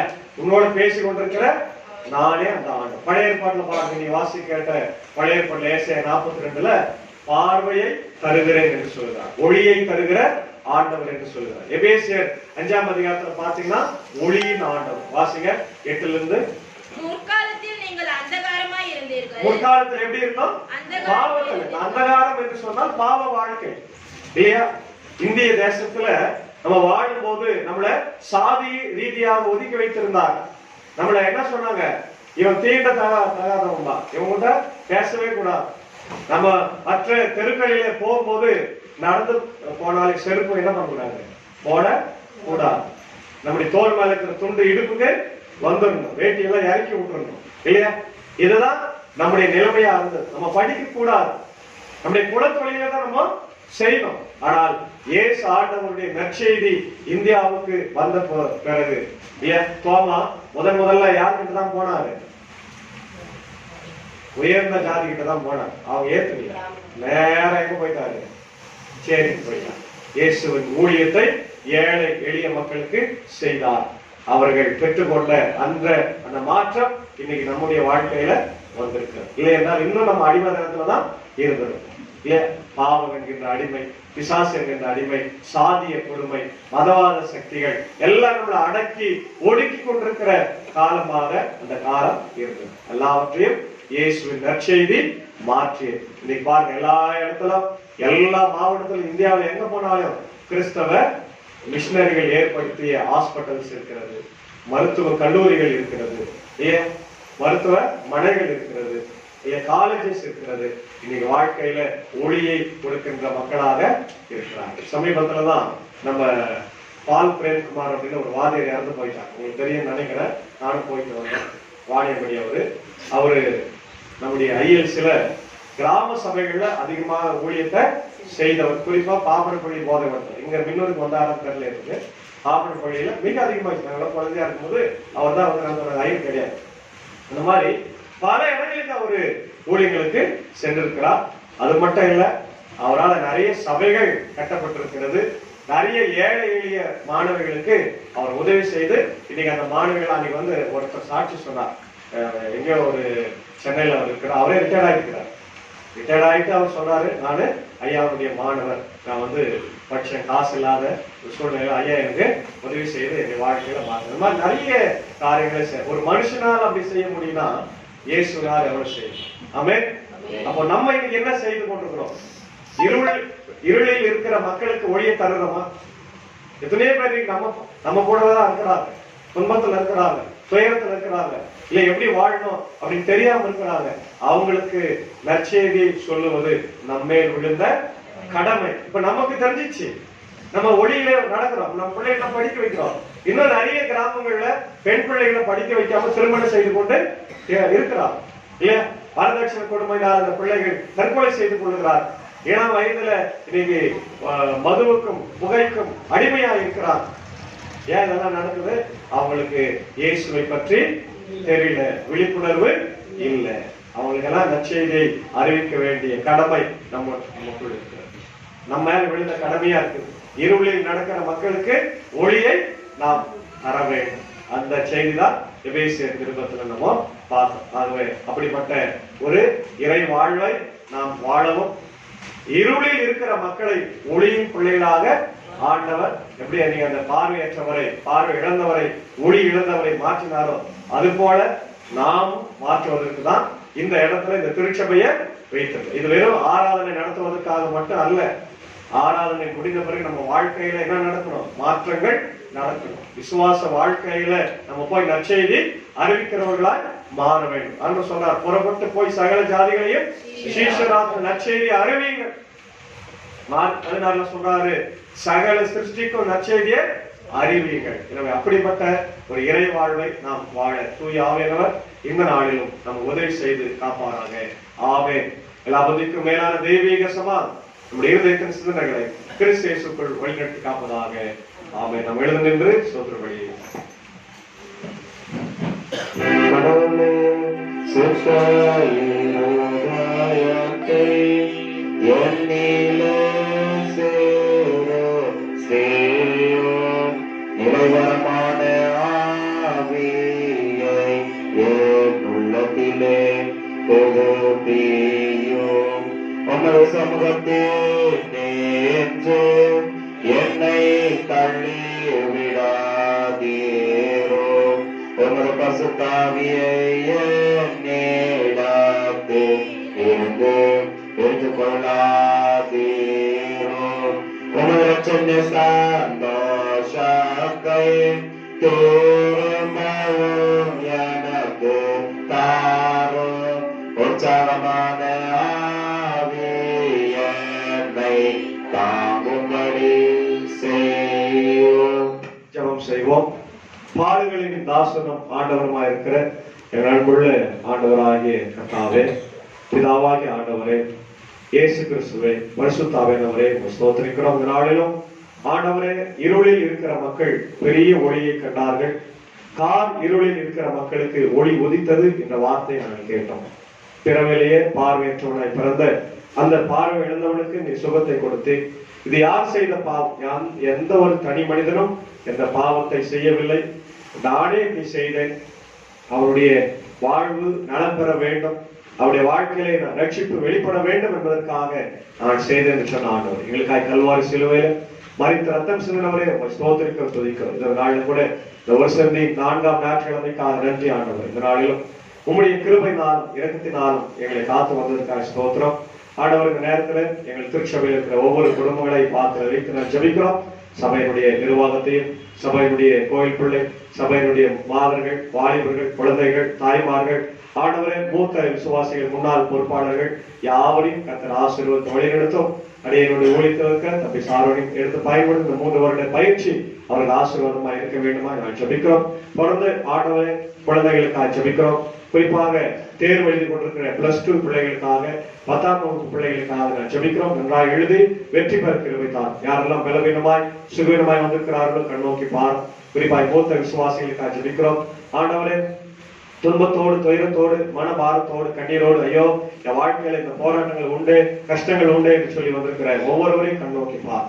தேவையெல்லாம் சந்தியும் வாழ்க்கையில் அற்புதங்களை அடையாளம் செய்து ஆண்டவரை வாழ்வை மாற்ற வேண்டுமா ஜெபிக்கிறோம். எங்கள் வாழ்க்கையில கூட இருளில் இருந்து ஆன்மீகத்துக்கு அழைத்து வந்திருக்கிறேன், இருளில் இருந்து ஒளிக்கு அழைத்து வந்திருக்கிறேன். ஆண்டவரே, எங்கள் பாவங்களை அக்கிரமங்களை ஒரு விசை கூட மன்னித்து எங்கள் வாழ்வை புதியதாக மாற்ற வேண்டுமா ஜெபிக்கிறோம். நாங்கள் இருளில் இருந்தோம், இப்ப ஒளியில வந்திருக்கிறோம். இந்த ஒளியானது உலகத்துல பிரகாசிக்கிறதை போல நாங்களும் கூட நற்செய்தி அறிவிக்க கிருபைத்தார். நாளே ஆண்டவரே, நம்முடைய பாபனப்பள்ளி போதவனத்துக்காக ஜெபிக்கிறோம். பாபனப்பள்ளி ஆண்டவர் வடகிற மேல் சார்பு திருச்சபையில் குடும்பங்கள் யாவரையும் அவசர ஜெபமாக ஆண்டவர் இஸ்ரேல், ஆண்டவர் ஈரான் போருக்காக ஜெபிக்கிறோம். இன்றைக்கு உலகமே ஆண்டவரே மிகப்பெரிய ஆண்டவரை பிரச்சனைக்குள்ள சிக்கி இருக்கிற பெட்ரோல், டீசல், எல்பிஜி கேஸ் தட்டுப்பாடு, இது இப்படியே போனால் நாங்கள் சமைப்பதற்கும் ஆண்டவரை மிக கடினமான ஒரு சூழ்நிலை ஆண்டவரே, நீர் ஆண்டவரை மனது வைத்து இடத்துல பேசி 2 தலைவர்கள் உட்கார்ந்து பேசி ஆண்டு பிரச்சனை தீர்த்து கொள்ள ஆண்டவர் கிருபை தார். பாதிக்கப்பட்டிருக்கிற பெண்கள், குழந்தைகள், எத்தனையோ மக்கள் இறந்து போயிருக்கிறார். கண்ணோக்கி பார். மற்ற இடங்களில் நடக்கிற போர்களை, இயற்கை பேர்களை கர்த்தர் காத்தருள்ளார். என்னுடைய மின்னூர் கிராமத்திற்காக ஜெபிக்கிறோம். ஒவ்வொரு குடும்பத்தையும் ஆசீர்வாதம். ஆண்டவரின் ஆலயம் திறந்திருக்கிறது. அநேக மக்களுக்கு இது ஆண்டவர் தேவாலயமா இருக்கு, ஜெபவீடா இருக்கிறது. எல்லாரும் வந்து போய் தொழுகை செய்ய கிருபை தார். ஆண்டவரே, இதோ இன்னைக்கு வர முடியாத இருக்கிற மக்களையும் கண்ணோக்கி பார். இன்றைக்கு ஆண்டவர் பாவப்படி திருச்சபையில் நடக்கிற ஃபாஸ்டிங் பிரேயருக்காக ஜெபிக்கிறோம். செய்தி கொடுக்க வருக பிரைஸ் அண்ட் வர்ஷிப் பண்ண எல்லாரையும் கர்த்தர் ஆசீர்வதித்து வழிநடத்த வேண்டுமாய் கேட்சி பண்ணோம். அடியனுக்காக ஜெபிக்கிறோம். இந்த ஆண்டவரை திருச்சபையில போதகோட்டத்துல ஆண்டவர் இன்னும் வல்லமையாக எடுத்து ஆயப்படும். விசேஷமாய் நேற்று தினத்துல பிறந்தநாளை கொண்டாடி அன்பு மகன் மேவிஸ்காக ஜெபிக்கிறோம். படைத்திருக்கிற இந்த சோதர காணிக்கு இந்த கேட்கையும் ஆசீர்வதிங்க. ஆண்டவரே, பிள்ளை இன்னும் விசுவாசத்துல பலப்பட்டு வளர கிருபை தர வேண்டுமான ஜெபிக்க அடியுடைய குடும்பம் ஊழியத்திற்காக ஆண்டவர் எடுத்து பயன்படுத்த வேண்டுமா ஜெபிக்கிறோம். தொடர்ந்து ஆண்டவர் இந்த வாரத்துல எங்கள் பிள்ளைகள் பிறந்த நாளை காணுகிறவர்கள், திருமண நாளை காணுகிறவர்கள் எல்லாரையும் கர்த்தர் ஆசீர்வதித்து வழிநடத்த எங்கள் தமிழ்நாட்டை ஆசீர்வதியும். அப்படி முதலமைச்சரையும் ஆண்டவர் புதிதாக வருகிற கவர்னரையும் கூட கர்த்தர் ஆசீர்வதித்து வழிநடத்தும். ஆண்டவர் ஜாதி, மதம், இனம், மொழி பேதமின்றி ஆண்டவர் எந்த வித்தியாசம் இல்லாமல் உடைய ஊழியத்தை செய்து அநேக மக்களை உடைய ஆண்டவரை சிலுவைக்கு நேராக உருவகப்படுத்த கிருபை. குறிப்பாக இந்த ஒரு சந்தி காலத்துல நடைபெற்று வருகிற எல்லா ஆராதனைகளையும் ஆசீர்வதிங்க. இந்த வாரம் நடைபெற போகிற ஆராதனைகளுடைய கிருபை எங்களோடு தங்கியிருக்க வேண்டுமா ஜெபிக்கிறோம். பாடுகளின் ஆண்டவர் ரட்சகருமா இருக்கிற இயேசுவோடு ஜெபிக்கிறோம் நல்ல பிதாவே, ஆமென். வருவோம் சிறப்பு.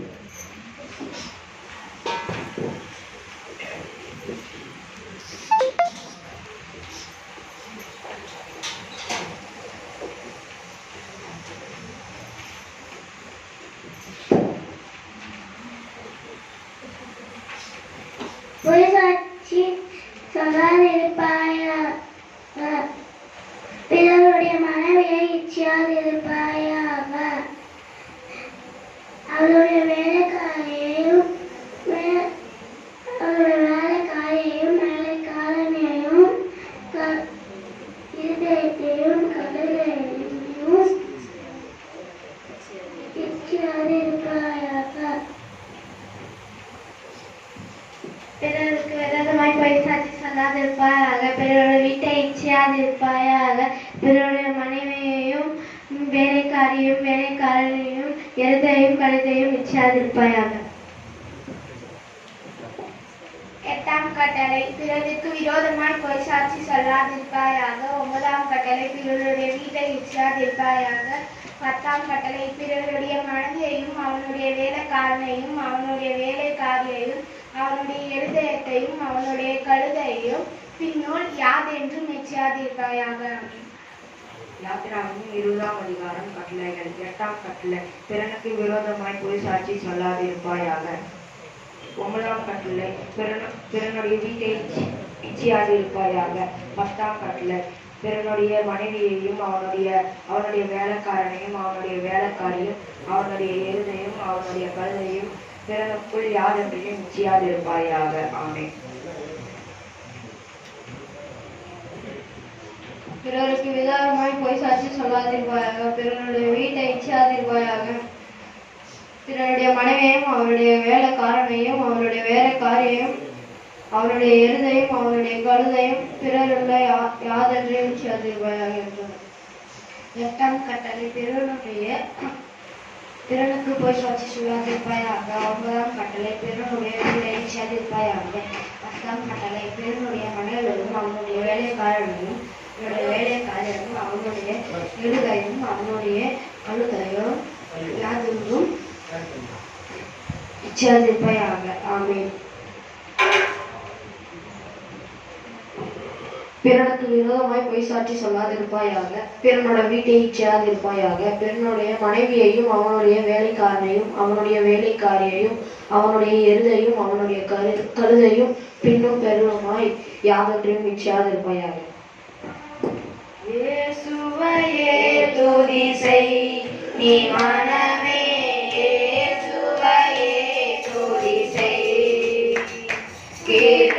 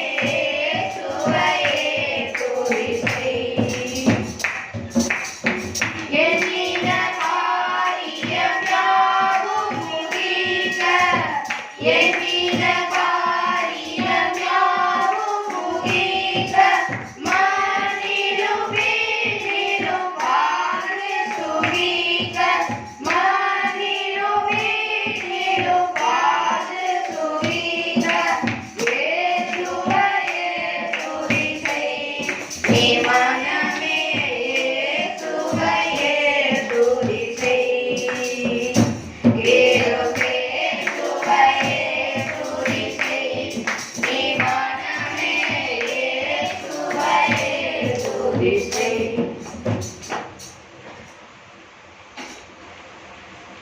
ஆமா.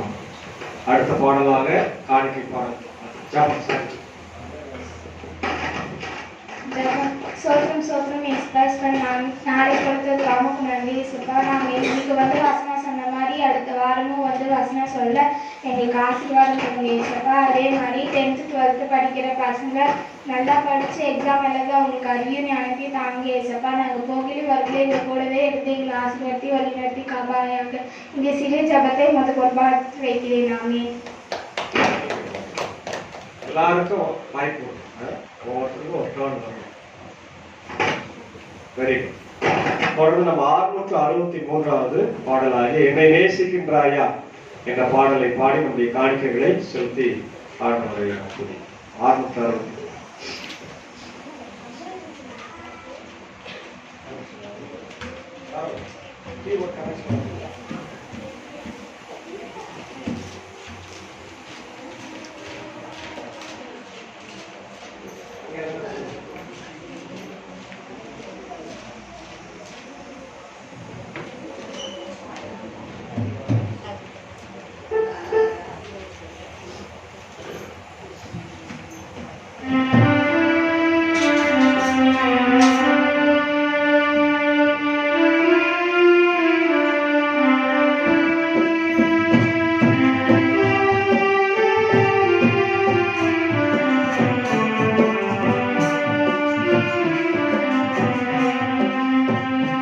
என்னை நேசிக்கின்றாயா,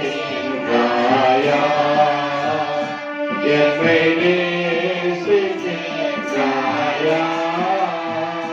கல்வாரி காட்சியை கண்டபின் நேசியாமல் இருப்பாயா, கல்வாரி காட்சியை கண்டபின் நேசியாமல்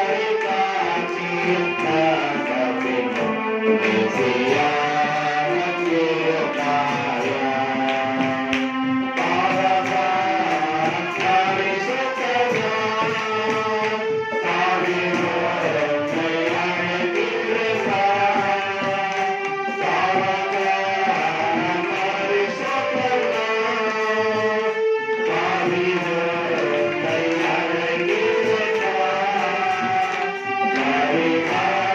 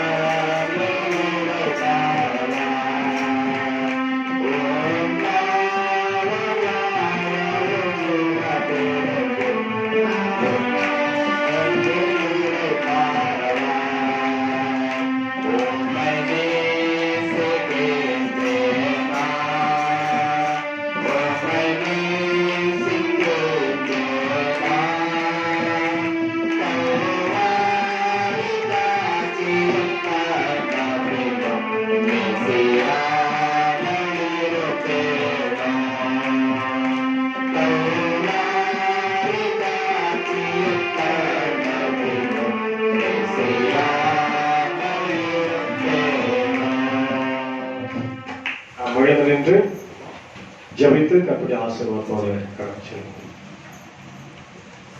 சர்வத்திற்கும் வல்ல கடவுளே, நாங்கள் உறுதியான விசுவாசத்தில் உமக்கு ஊழியம் செய்யவும் உம்முடைய நாமத்தை அறிக்கையிடுவதில் முடிவு பறிந்து நிலைத்திருக்கும் வார்த்தை கட்டப்படாமல் அதன் தன்மைக்கேற்றபடி தாராளமாய் கிறிஸ்துவனுடைய பரிசுத்த ஜனத்தின் மகிழ்ச்சிக்கும் வளர்ச்சிக்கும் பிரசங்கப்படும்படி உடைய பரிசுத்த ஆவியானவரின் பலத்திலிருந்து வருகிற மெய்யான ஞானத்தை என்னுடைய அருமையான மின்னோர் ஆண்டவரே பரிசுத்த யோவான் திருச்சபை குடும்பங்களுக்கும் தர வேண்டுமா ஜெபிக்கிறோம். இப்பொழுது வந்து இந்த வார்த்தைகளை கேட்ட எல்லாரையும் ஆசீர்வதிக்கும். குறிப்பாய் இந்த ஆராதனையில வேத வாசித்தவர்கள், ஆராதனோடு இணைந்த அன்பு தம்பி சாரோனையும் விசேஷமாக ஆண்டவர் கீபோர்டு வாசித்து எல்லாம் மகிழ்ச்சி கடலில் ஆழ்த்தி உடைய ஆண்டவர் நாமத்தை உதவி செய்ய உதவியா இருந்த மனோஜ் பாண்டியன் அவர்களையும் அன்பான குடும்பத்தையும் ஆசீர்வதியாக. இன்னும் இந்த ஆராதனைக்காக உதவி செய்த கோயில் பிள்ளை பொறுப்பாளர்கள் குடும்பங்கள் யாவரையும் பொறுப்பெடுத்துக் கொள்ளும். இப்பொழுது வந்து மாத காணிக்கை சோதர காணிக்கை நன்றி செலுத்தும் காணிக்கை கிடைத்திருக்கிற மக்களுக்காக ஜெபிக்கிறோம்.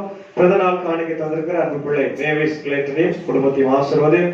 போதகர் பயன்படுத்தி தந்திருக்கிற ஞானபூர்வமாவை ஆசீர்வதியும். ஆண்டவரே வாழ்க்கையில் இருக்கிற கவலைகள், கஷ்டங்கள், பிரச்சனைகள் எல்லாவற்றையும் நீங்கி ஆசீர்வாதமாய் சுகத்தோடு பலத்தோடு வாழ கிருபைத்தார். மீண்டும் ஒரு விஷயம் கூட +2 பிள்ளைகளுக்காக, 10ஆம் வகுப்பு பிள்ளைகளுக்காக, மற்ற பிள்ளைகளுக்காக ஜெபிக்கிறோம். தங்கள் தேர்வுகளில் எழுதி கொண்டிருக்கிறாங்க. ஆண்டவரை குதிரையோ இந்த நாளுக்கு தயாராகும், ஜெயமோ கர்த்தலாகும் என்று சொல்லி வயத்துல படிக்கிறோம். அந்த வசனத்திற்கு ஏற்ப பிள்ளைகள் வெற்றி பெற கர்த்தர் கிருபைத்தார். தொடர்ந்து வாரம் முழுதுமாய் எங்கள் பிள்ளைகளை இந்த வெயில் உஷ்ணத்திலிருந்து வயதானவர்களையும் தாய்மார்களையும் ஆண்டவரை காத்தள்ள வேண்டுமாய் ஜெபிக்கிறோம். தொடர்ந்து ஆசீர்வாதம் பலப்படுத்தும். மரித்து உயிர்த்தெழுந்து பாடுகளுக்காக எங்களுக்காக சிலுவையில தொங்கிய இயேசுவின் மூலம் ஜெபிக்கிறோம் நல்ல பிதாவே, ஆமென். பரமல இருக்கிற எங்கள் பிதாவே, நாமம் பரிசுத்தப்படுவதாக, ராஜ்யம் வருவதாக, பிரசித்த மண்டலத்திலே செய்யப்படுவதாக பூமியிலே செய்கிறோம். எங்கள் வேண்டிய ஆகாரத்திற்கு எங்களுக்கு தாரும். எங்களுக்கு கண்ணாலிகள் மன்னிக்கிறது போல எங்களுக்கு பாவங்களுக்கு மன்னியும். எங்களை சோதனை பண்ணாமல் தீர்வு ரட்சி. ராஜ்யமும் வல்லமை மகிமையும் இளமையிலே சுவாமி. ஆமென். கர்த்தருடைய ஆசீர்வாதத்தை நாம் பெற்றோம். கர்த்தரானவர் உன்னை ஆசீர்வதித்து உன்னை காப்பாராக. கர்த்தரானவர் தமது திருமுகத்தன்மை பிரகாசிக்க பண்ணி உன்மேல் கிருபையாயிருப்பாராக.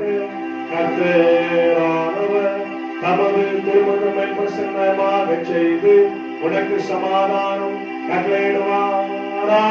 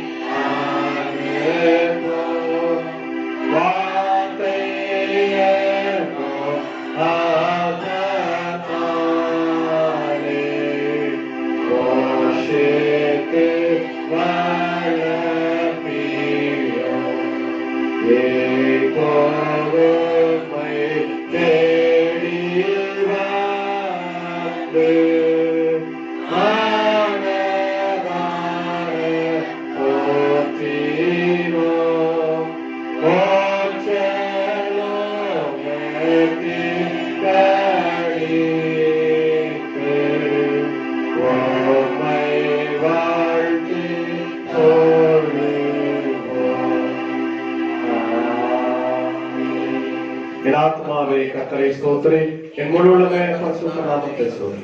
என் ஆத்மாவே கர்த்தரை ஸ்தோத்திரி, கர்த்தர் செய்த சகல உபகாரங்களை மறவாதே. ஆமென். எல்லாருக்கும் இயேசு நாமத்திலே ஸ்தோத்திரங்கள், அன்பின் வாழ்த்துக்கள். வருவோம் சபைக்கான அறிவிப்பு.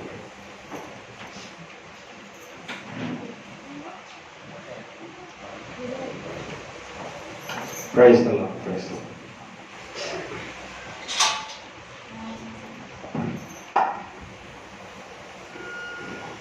இன்று ஞாயிறு ஆராதனையில் பங்கெடுத்த விசுவாச குடும்பத்தினருக்கு திருச்சபையின் சார்பாக நன்றியும் ஸ்தோத்திரத்தையும் தெரிவித்துக் கொள்கின்றோம். இறைச்செய்திகளை நடத்தி நம்மை ஆசீர்வதித்து போஷித்த நம்முடைய ஆயருக்கு திருச்சபையின் சார்பாக நன்றியும் ஸ்தோத்திரத்தை தெரிவித்துக் கொள்கிறோம். ஆராதனை முறைமையில் வழி நடத்திய நம்முடைய பயிற்சி போதகர் நம்முடைய சாரோருக்கு திருச்சபையின் சார்பாக நன்றியும் ஸ்தோத்திரத்தை தெரிவித்துக் கொள்கிறோம்.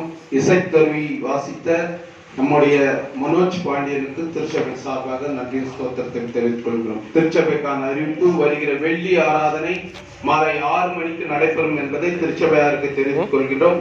அதே போன்று ஒவ்வொரு புதன்கிழமை மாலை ஜெப கூடுகை நடைபெறுகிறது. ஆலயத்துக்கு வந்து இறையாசி பெற்று செல்ல அன்போடு கேட்டுக்கொள்கிறோம். திருச்சபையான முக்கிய அறிவிப்பு வரும் 2026-28க்கான புதிதாக நியமனம்